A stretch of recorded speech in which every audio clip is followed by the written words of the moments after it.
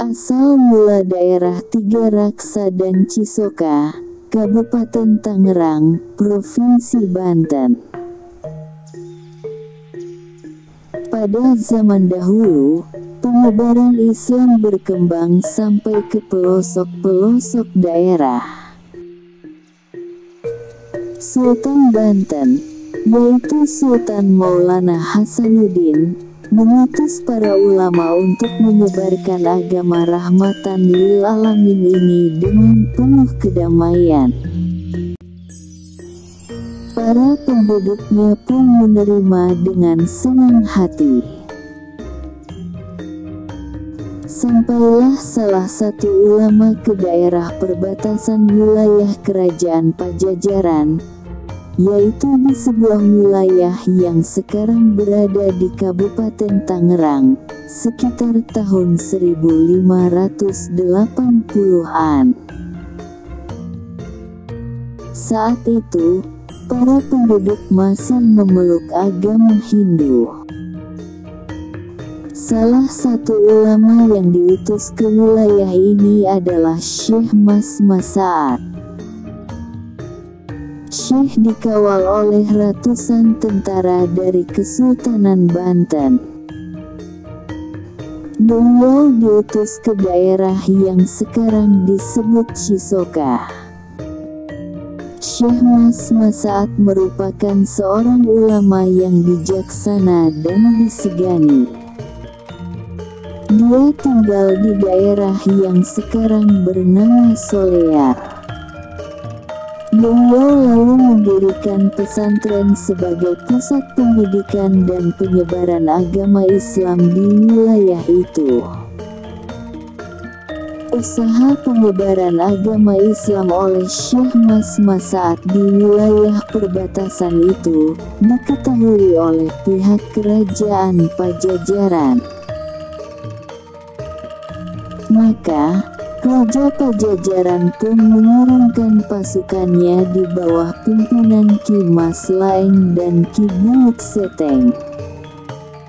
Nama lain dari Ki Mas Laeng adalah Pangeran Jaya Perkasa, dan nama lain dari Ki Buyut Seteng adalah Embah Terung Peot. Para prajurit sudah siap dengan tombak, panah, dan pedangnya.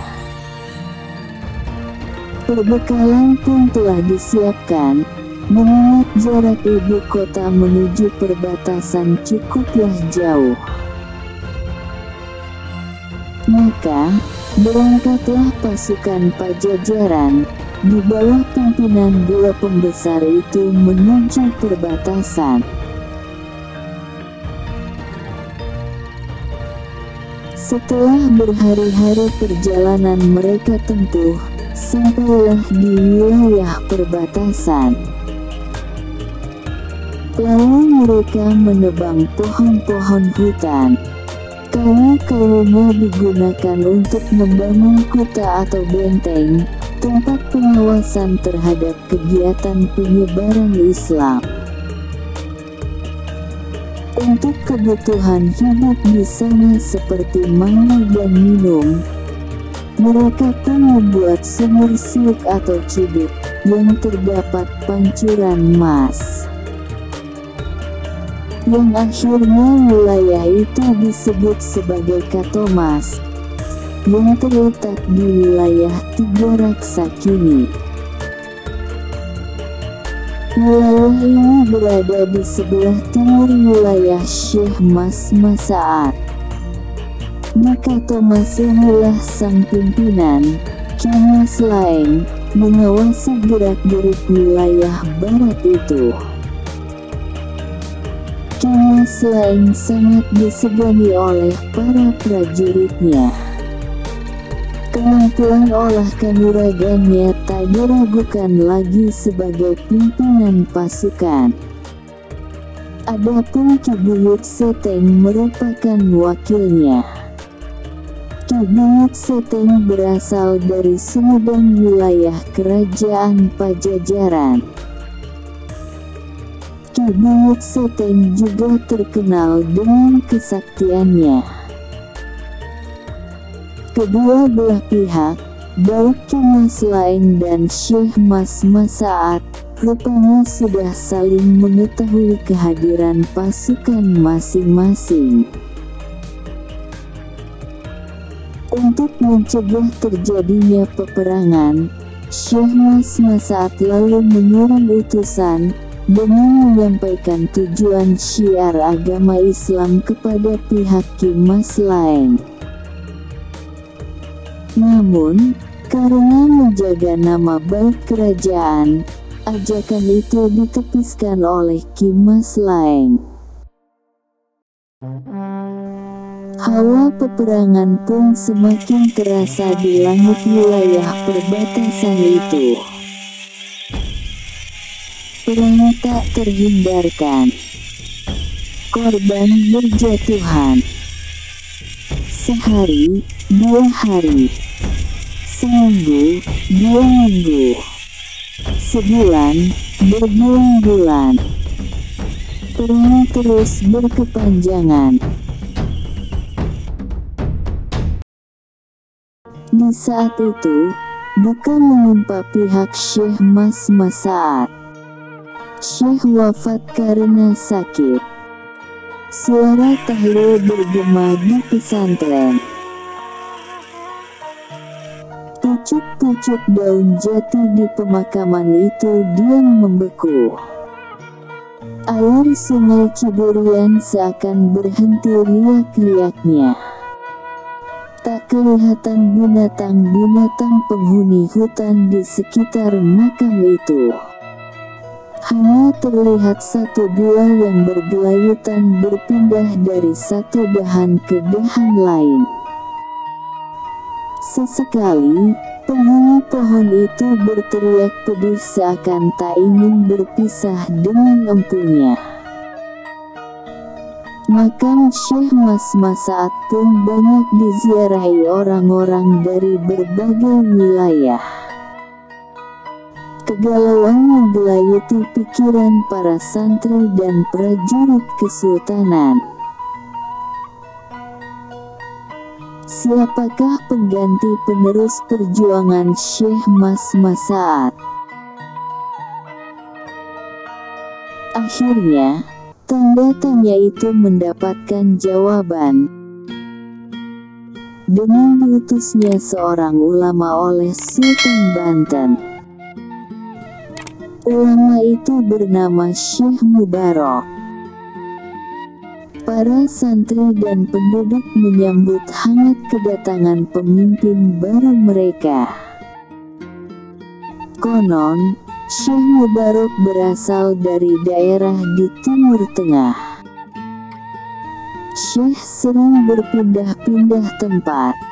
Maka ada juga yang menyebut beliau dengan Nasy Indit.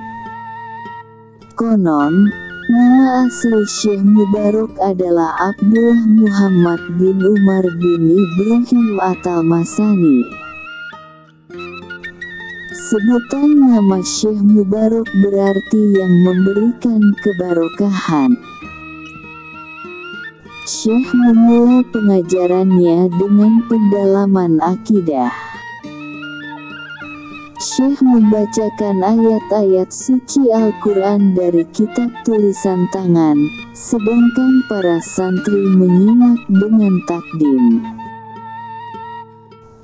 Untuk pendalaman tauhid, Syekh mewariskan satu kitab berjudul Syabatal Iman atau disebut juga cabang iman. Beberapa kitab lain juga dikaji seperti Nahwu dan Tafsir.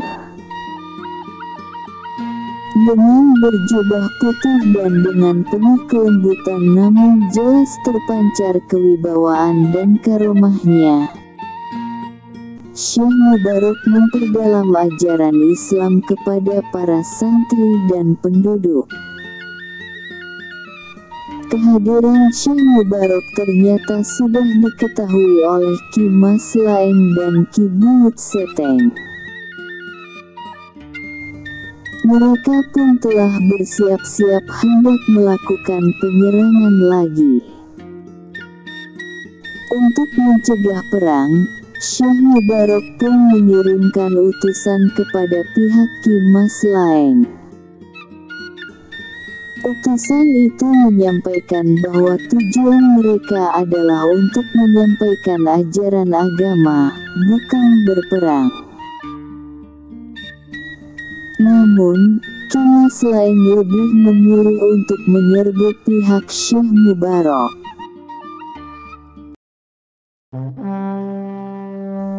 Tasulah dipancangkan.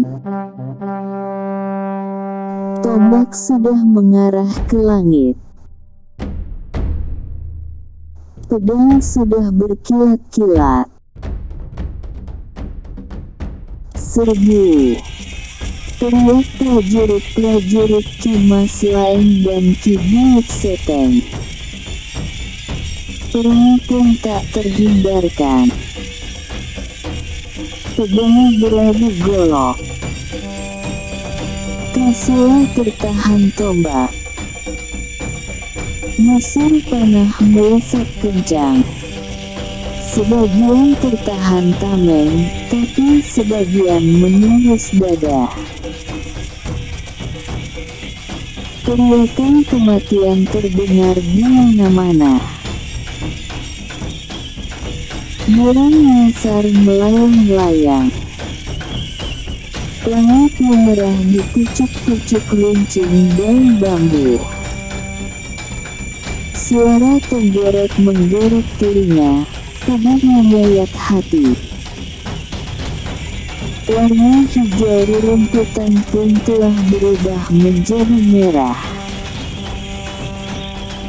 Tasulah yang patah dari batangnya tertancap di atas galengan pengatang. Tombak pun terpatah dua. Pedang dan golok-golok menjadi rompang. Sedangkan busur panah telah menjadi tonggak nisan tubuh yang terbujur kaku.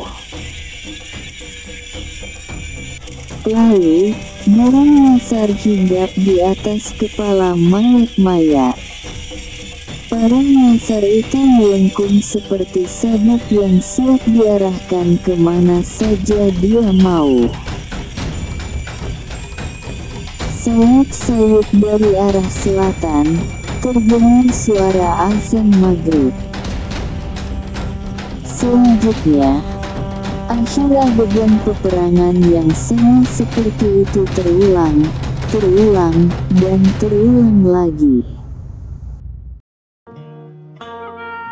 Semuanya menyisakan kelelahan badan dan batin prajurit, para santri, penduduk, serta menyisakan kepedihan hati para wanita yang kini menjanda, dan anak-anak yang bertanya terus kapan bapaknya pulang.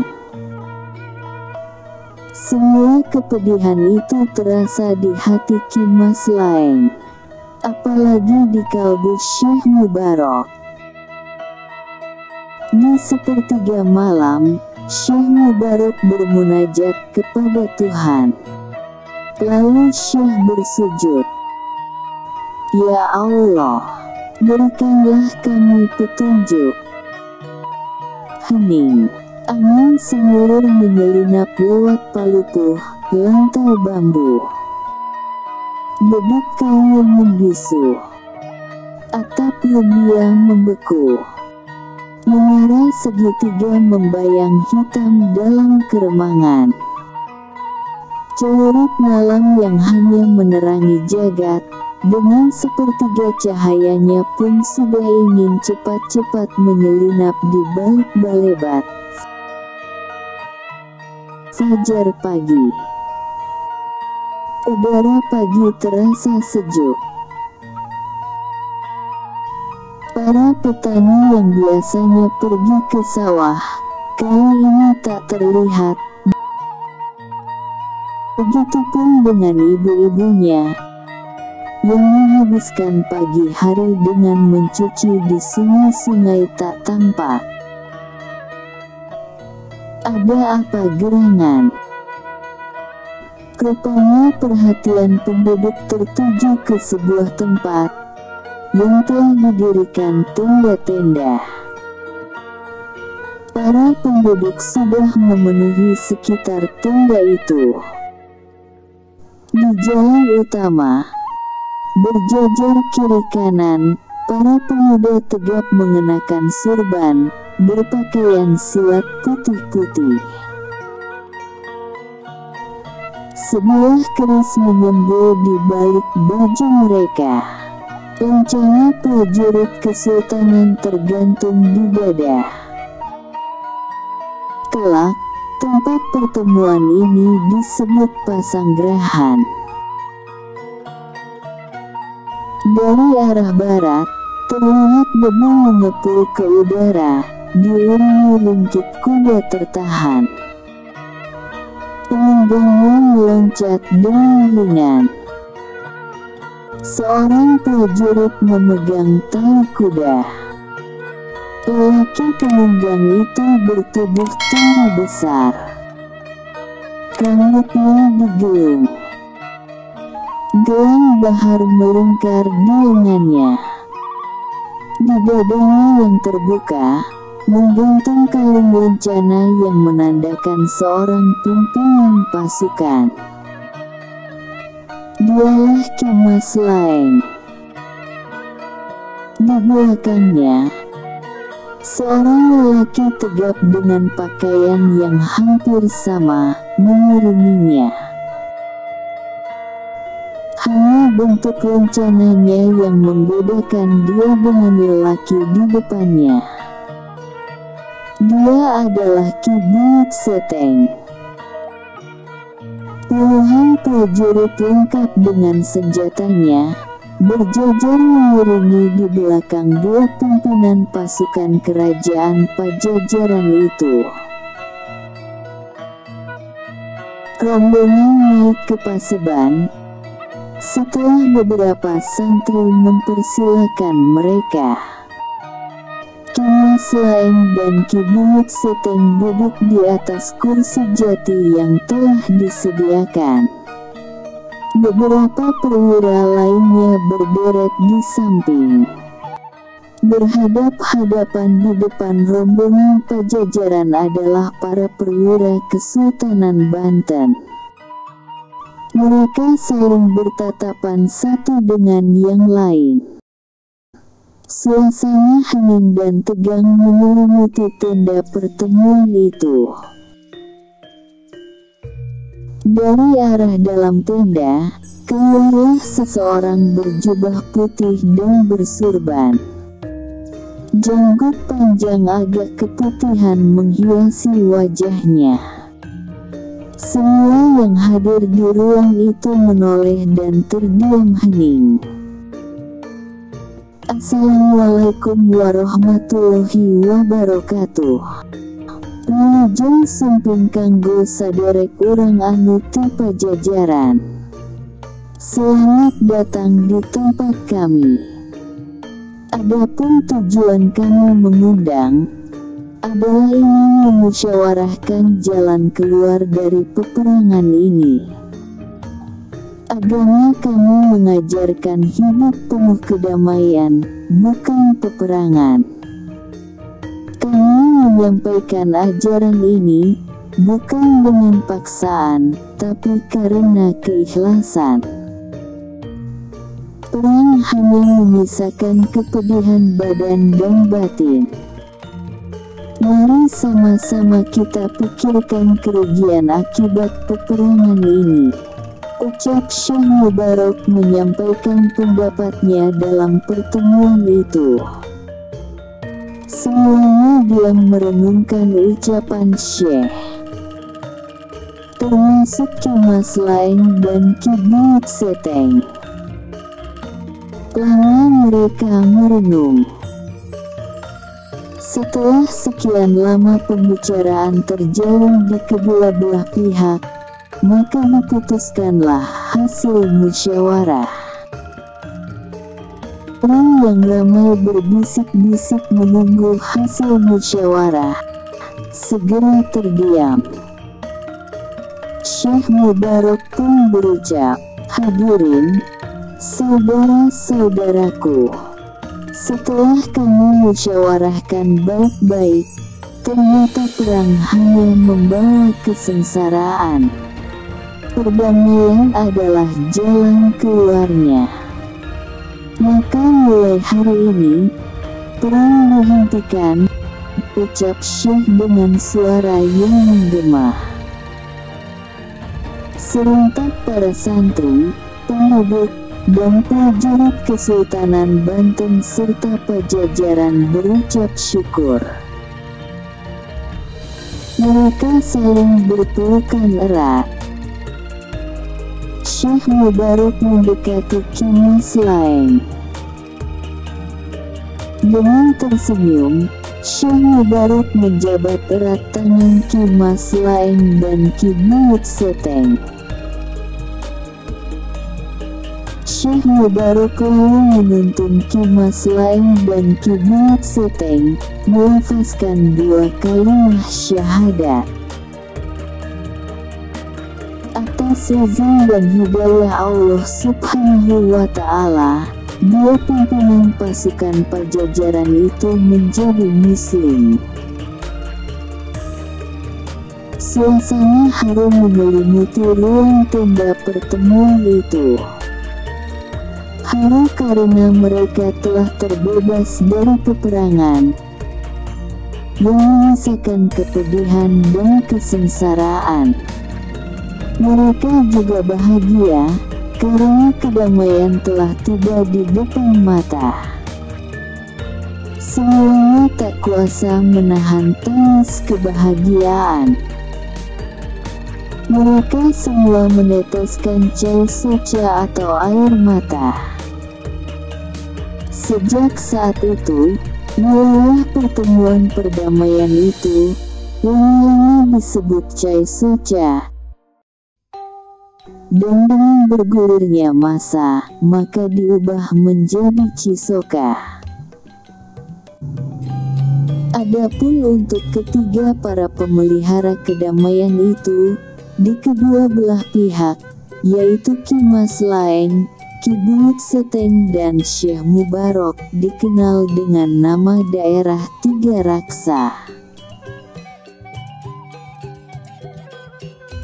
Ini adalah pemakaman Syekh Mas Masaat yang terletak di Kampung Solear, Kecamatan Solear, Kabupaten Serang, Banten. Ini adalah pemakaman Syekh Mubarak yang terletak di Kampung Cipayahan, Tegal Sari, Kecamatan Tiga Raksa, Kabupaten Tangerang, Banten. Ini adalah pemakaman Ki Mas Laeng dan Ki Buyut Seteng yang terletak di Kampung Mampelem, Matagara, Kecamatan Tiga Raksa, Kabupaten Tangerang, Banten. Marilah kita berziarah ke makam beliau-beliau, untuk senantiasa mendoakan para ulama dan para leluhur kita, yang telah mendahului kita. Demikian sejarah asal-usul daerah Tiga Raksa dan Cisoka ini dibuat, dengan video kartun ini, dan untuk gambar para tokoh di video ini, sebagian bukan gambar aslinya, melainkan hanyalah ilustrasi saja. Mohon maaf apabila ada kesalahan penyampaian perkataan di dalam video ini. Wallahu a'lam bishawab. Wassalamualaikum warahmatullahi wabarakatuh.